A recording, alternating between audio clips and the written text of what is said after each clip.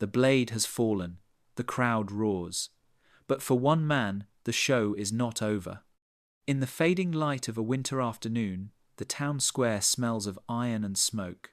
A black hooded figure stands alone beside the scaffold, his hands steady, his breathing slow. Around him, the spectators drift away, some laughing, some praying, a few pale with nausea. The condemned's head lies neatly in the straw basket, eyes half open as if still surprised. The executioner waits. He cannot leave yet. There is more work to be done. He kneels beside the corpse, wipes the blood from his blade with a square of linen, and whispers a short prayer, the same words he speaks after every kill, though no priest has ever taught him. The body must be displayed, the limbs divided, the head salted for preservation. It is not cruelty, it is duty. The king demands it. The law requires proof. But what comes after? That is his secret. Sometimes he buries a small piece of the body beneath the scaffold, a ritual for the soul. Sometimes he takes the condemned's coin purse, for that is his only payment. And sometimes, when night falls, he drinks himself numb, hoping the faces will fade before morning. In medieval Europe, the executioner lived between two worlds, servant of justice and outcast of society, feared by the people he protected, despised by the ones he served. His hands delivered God's punishment, but his soul bore the weight of hell. And what he did after the kill was something most would never believe. In the Middle Ages, death was not hidden, it was displayed. Every punishment was a performance, every execution a sermon. The medieval mind did not separate justice from spectacle. The two were inseparable. The scaffold stood where the church bells rang, where the market thrived, where children watched from their fathers' shoulders. It was not morbid curiosity, it was moral instruction. The condemned man's death was a warning to all. This is what happens when you defy God, your king, or your master. Public executions were rituals of purification. The sinner's body became a vessel through which the community purged its fears and reaffirmed divine order. The crowd's gasps, the priest's final prayer, the blade's fall, each part was as choreographed as a mass. And at the centre stood the executioner, the hand of the law, performing both justice and blasphemy. But this spectacle served more than faith. It was also politics. Monarchs turned executions into theatre to remind their subjects who held the power of life and death. When a traitor's body was quartered, it was not vengeance, it was advertisement. The dismembered parts were sent to the gates of cities, nailed to bridges, or hung from castle walls. Each limb whispered the same message: the crown is watching. To the church, execution was sacred punishment, an act meant to cleanse the soul through suffering. To the people, it was entertainment. Vendors sold wine and roasted meat near the gallows. Lovers courted beneath the shadow of death. Songs were written about famous beheadings. Children mimicked hangings in the streets. Yet, amid this grotesque normalcy, one figure remained apart, the man who made it all possible. He was both priest and butcher, both feared and indispensable. Without him, the ritual could not be completed, and so society gave him work, but denied him humanity. When the crowd went home, the executioner stayed behind. The blood he spilled was not just the criminal's, it was the stain that would follow him for life. He lived by the sword, but not for glory. No one wanted to touch the executioner. In life or in death, his name was often unspoken, his house marked by a black symbol or left at the edge of town. He could not attend church with others. He could not sit in the tavern or buy bread from the same baker as decent men. And yet, when the time came for justice, everyone called for him. He was both useful and unclean. Many were born into the role, sons inheriting the acts of their fathers. Some were condemned criminals themselves, offered a grim bargain. Take up the sword, and your life will be spared. Either way, once you became an executioner, you could never leave it behind. It was a profession without redemption. His duties were many, and few of them involved the clean, swift beheading people imagined. He hanged thieves, drowned women accused of witchcraft, broke bones on the wheel, burned heretics, and flayed traitors. Each punishment required skill, a brutal kind of craftsmanship. The art of killing neatly was as valued as any trade. A single botched swing could bring a riot. And yet, for every public act, there were quiet ones too. After the crowd dispersed, the executioner performed tasks no one else would. He cleaned the scaffold, disposed of the remains, and sometimes, by royal decree, displayed the severed parts across the countryside. In France and Germany, executioners were even responsible for tanning the hides of the executed, believed to have magical properties. Their flesh was turned into talismans or binding for forbidden books. In some towns, the executioner was also the healer. Because he knew the body, its bones, its sinews, its limits, he treated broken limbs, pulled teeth, and prepared medicinal salves from herbs and from stranger ingredients. People would sneak to his door at night for cures they would never admit to seeking by day. He was also called upon to dispose of suicides, bury plague victims, and maintain the instruments of torture in the castle's dungeons. To the authorities, he was indispensable. To the people, he was cursed. Payment was inconsistent.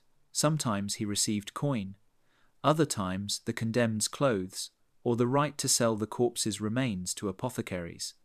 A few executioners grew wealthy through these grisly privileges, living behind high walls, isolated from the world that despised them. But their true wealth was silence the unspoken rituals that bound them to their work. Before each execution, he would test his blade with solemn care, sometimes reciting psalms, sometimes whispering the condemned's name as a prayer. He might drink from a ritual cup wine mixed with ash to steel his nerves. Afterward, he often performed a gesture few ever saw. Some kissed the blade, others buried a lock of the victim's hair beneath the scaffold. These were not superstitions of cruelty. They were acts of guilt, of penance. The executioner carried the weight of every death, and these small rites were his only confession. There are records of one 16th century German executioner, Franz Schmidt, who kept a meticulous journal of his 394 executions. He wrote not as a monster, but as a man fulfilling duty. His entries are calm, almost priestly. Today, by order of the court, I beheaded Hans the thief. He confessed and died well. God grant him mercy. Each line reads like a prayer, as if the act of writing could cleanse the soul. But not all were so composed. Some went mad. Some drank themselves into oblivion. Some vanished into the forests, unable to bear another scream. Still, the work continued. The scaffold was never empty for long. When the drums rolled and the crowd gathered again, he took up his place hooded, silent, efficient. And when the blade fell, all eyes turned away from the dying, and toward the man who made death look easy. When the crowd vanished and the blood dried, he was left alone with the silence. For the executioner, the aftermath was never just the scaffold. It followed him home. No one wanted to live beside him. Children threw stones at his door. Priests avoided his confession. In some towns, even his shadow was believed to bring bad luck. When he entered the marketplace, people made the sign of the cross. When he reached for a coin, vendors dropped it into his palm rather than let their hands touch his. He was a man who lived among the living, yet belonged to the dead.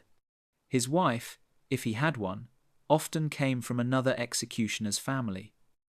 Only those born in blood could understand the burden of it. They built their homes on the edge of town, near the riverbanks or the gallows fields. There, the wind carried the smell of death away from the city and toward them.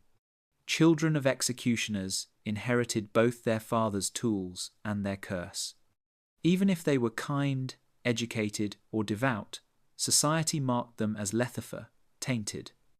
Some became doctors, some soldiers, but most had no choice but to continue the profession.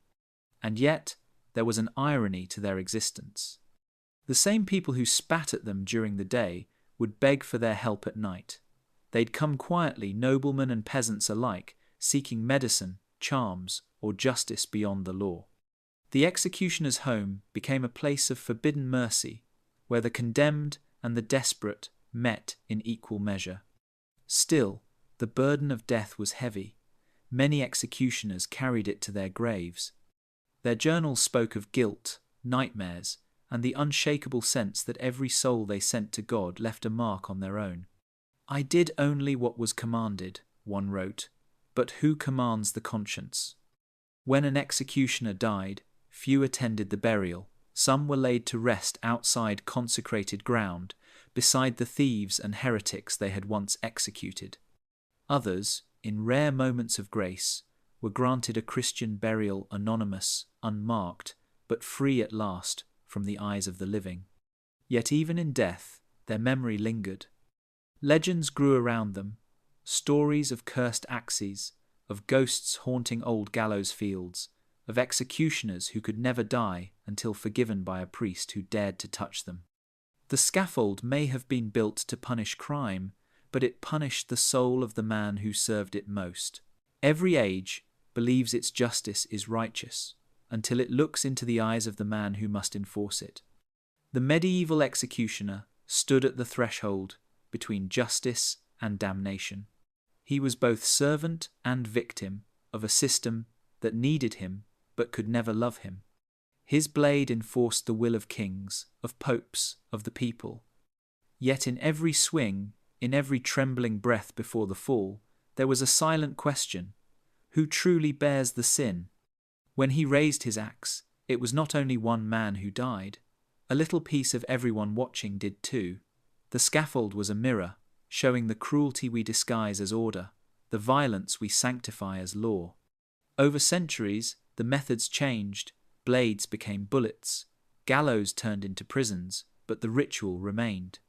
A society still demands witnesses, still thirsts for punishment, still asks someone else to do the killing. The executioner's hood has changed shape, but not meaning.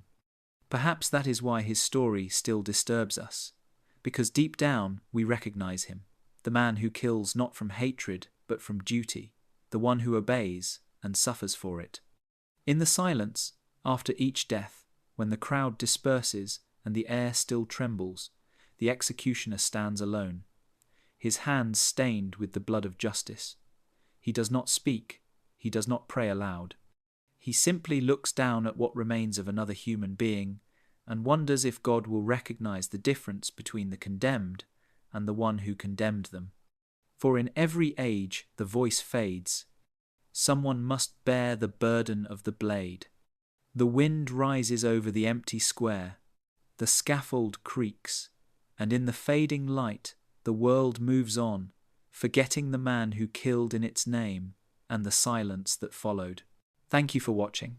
If you want to uncover more stories of power, betrayal, and survival from the darkest chapters of history, subscribe to the History Vault and witness the human stories behind the events that shaped our world.